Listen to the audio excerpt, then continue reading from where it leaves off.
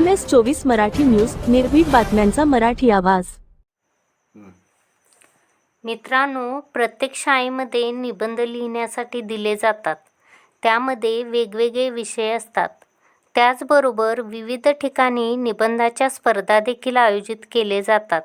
अशाच प्रकारच्या लातूर जिल्ह्यातील निलंग्यातील एका शाळेत 8वीच्या विद्यार्थ्याला चोर या विषयावर निबंध लिहायला सांगितला गेला होता.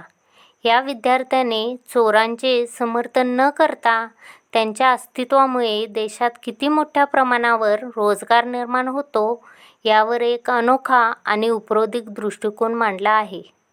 विद्यार्थ्याने चक्क निबंधात लिहिले आहे की चोरांमुळेच कुलुपे, सेफ, लॉकर आणि कपाटे बनवणारे कारखाने चालतात. घरांना ग्रिल्स, दारे, खिडक्या बसवणाऱ्या कारागिरांना काम मिळते.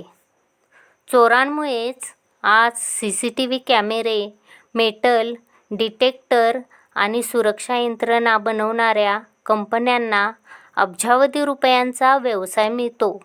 बँका, मॉल्स आणि कार्यालयांमध्ये वॉचमन आणि सुरक्षा रक्षकांना सुद्धा रोजगार मिळतो. जर चोरच नसतील तर पोलीस दल, न्यायालये, वकील आणि जेलर यांची गरजच उरणार नाही.